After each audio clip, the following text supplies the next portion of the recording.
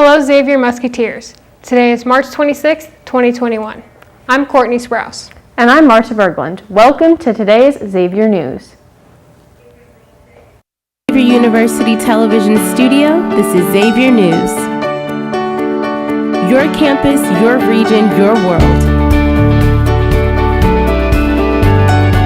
This is Xavier News.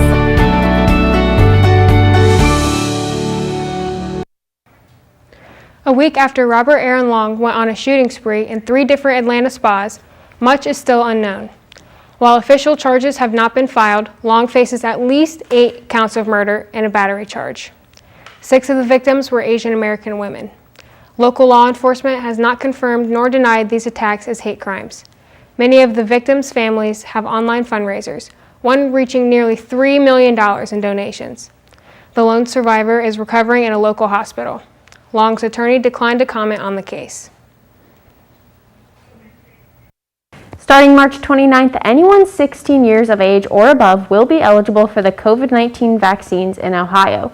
Teenagers 16 or 17 years old can take the Pfizer vaccine, while anyone 18 or above can get any of the current vaccines.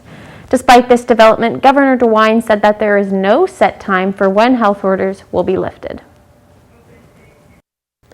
Monday afternoon, a man gunned down 10 people in a supermarket in Boulder, Colorado. Ahmed Elisa was held without bail yesterday pending an assessment to address his mental illness. He faces 10 charges of first-degree murder, and a prosecutor says that authorities plan to file more charges. The city of Boulder has come together to remember and honor the victims and has started the hashtag #BoulderStrong. Next, we'll see a story from student reporter Michael Culkin. Reporting on Xavier's rugby team and the $42,000 worth of donations from March Gladness.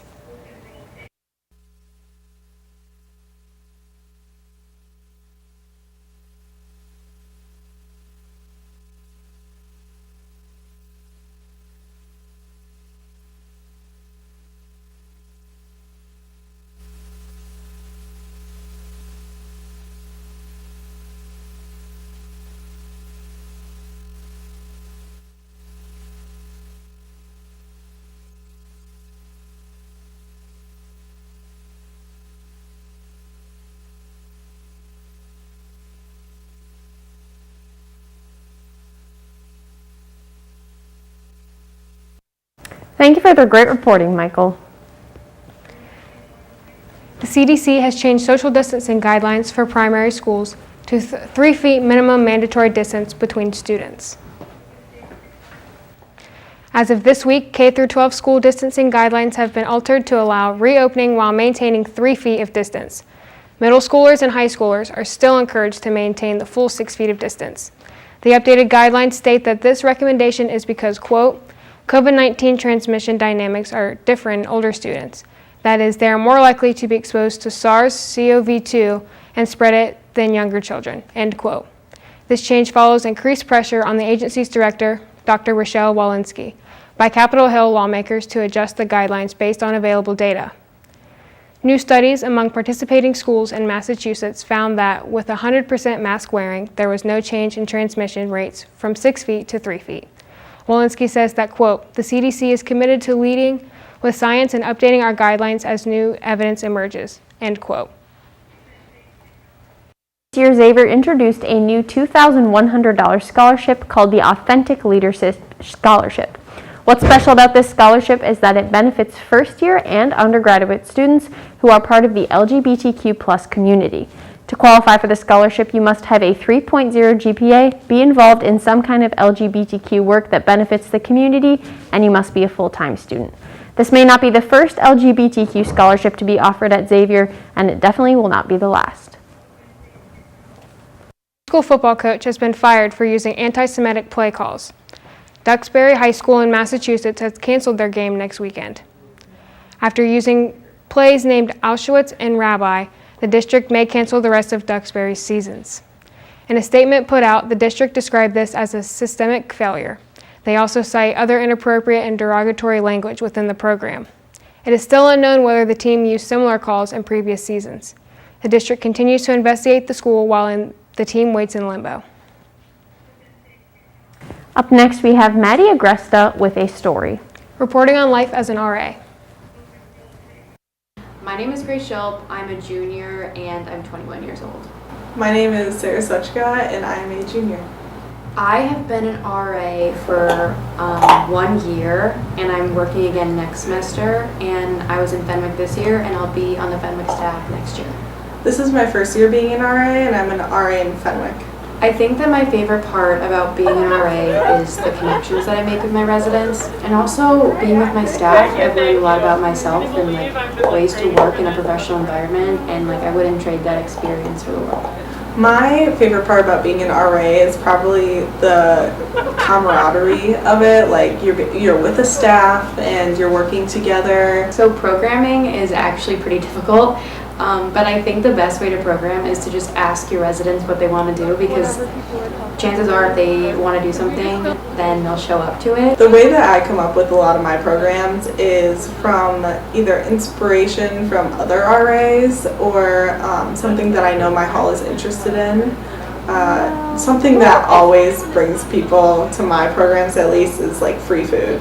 I think that in order to be an impactful RA and maintain relationships, if you do have to document residents, is just creating your respect. Because if they respect you as an RA, they will know if what they did was wrong, and they'll be okay, I understand why I got in trouble. Rules are rules. It's my job to enforce them. It's your job as a student to follow policy. Residents have the handbook. They know by now, especially in the dorm that I'm in Fenwick, it's mostly sophomores. They've done this before. They know what the rules are and what they aren't. I think that I would recommend being an RA to majority of students, but I would say that you have to have a lot of self-confidence. You really have to take care of yourself. Most of the time you're in your room alone. It might probably be the first time you're going to be living by yourself. You also have to have good time management skills, and you have to be willing to be wrong. And I think the most confident people are ones that are able to say that they can make a mistake. I would recommend becoming an RA if you feel that you can. If you feel like you're, in the right mental space, if you feel like you're responsible enough, if you need it financially especially. For me, I think this was a great decision.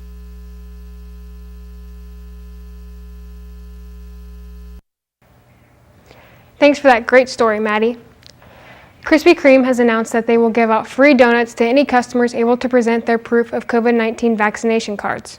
The company is planning to give one glazed donut per person that can be redeemed daily. This offer will last until the end of the year, so go get your hot and ready donuts.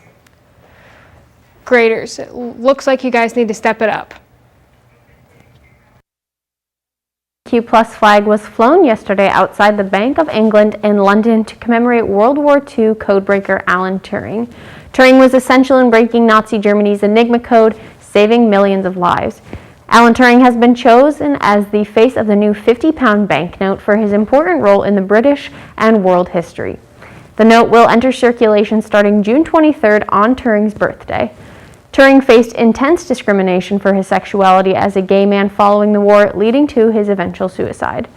The notes for Turing's inclusion represent an attempt by the British government to amend the pain of generations of homophobic discrimination. Are you interested in serving your community? Then Community Action Day is the perfect opportunity for you. Every year, the Center for Faith and Justice hosts Community Action Day on campus to help serve the greater Cincinnati community. This is Xavier's largest single-day service event. If you're interested, the event is tomorrow from 9 a.m. to 1:30 p.m. and we'll be meeting in the Xavier Yard. Bring your car keys and masks.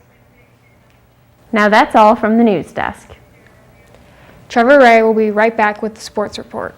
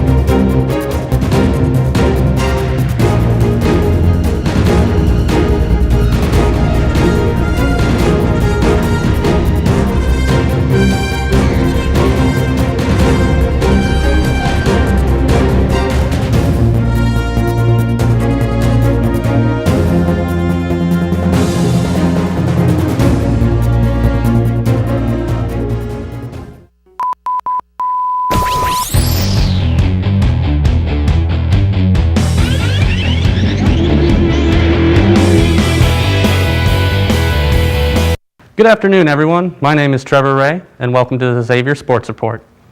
Let's start off with some Xavier news. Xavier's club sports have taken advantage of the warm weather. Club rugby, tennis, baseball, and more have moved their practices back outside. Students have also used this opportunity to play on the sand volleyball courts, participating in volleyball tournaments or playing spike ball. However, Xavier has still not reattached rims to the outdoor basketball courts. The Bengals have been busy during the offseason. Most notable is the release of wide receiver A.J. Green, who has signed with the Arizona Cardinals. The Bengals have also released defensive tackle Geno Atkins, kicker Randy Bullock, and backup quarterback Ryan Finley. The Bengals have also been signing multiple players in the offensive tackle and cornerback positions. Opening day is only 6 days away. The Reds will be having their first home opener game against the St. Louis Cardinals on April 1st, and they've announced that Luis Castillo will be the starting pitcher. Until then, their spring training season continues. They are currently on a 5-game losing streak, and they face the Arizona Diamondbacks at 4:10 today. That's all from the Xavier Sports Report. Have a great and safe weekend, and as always, let's go X.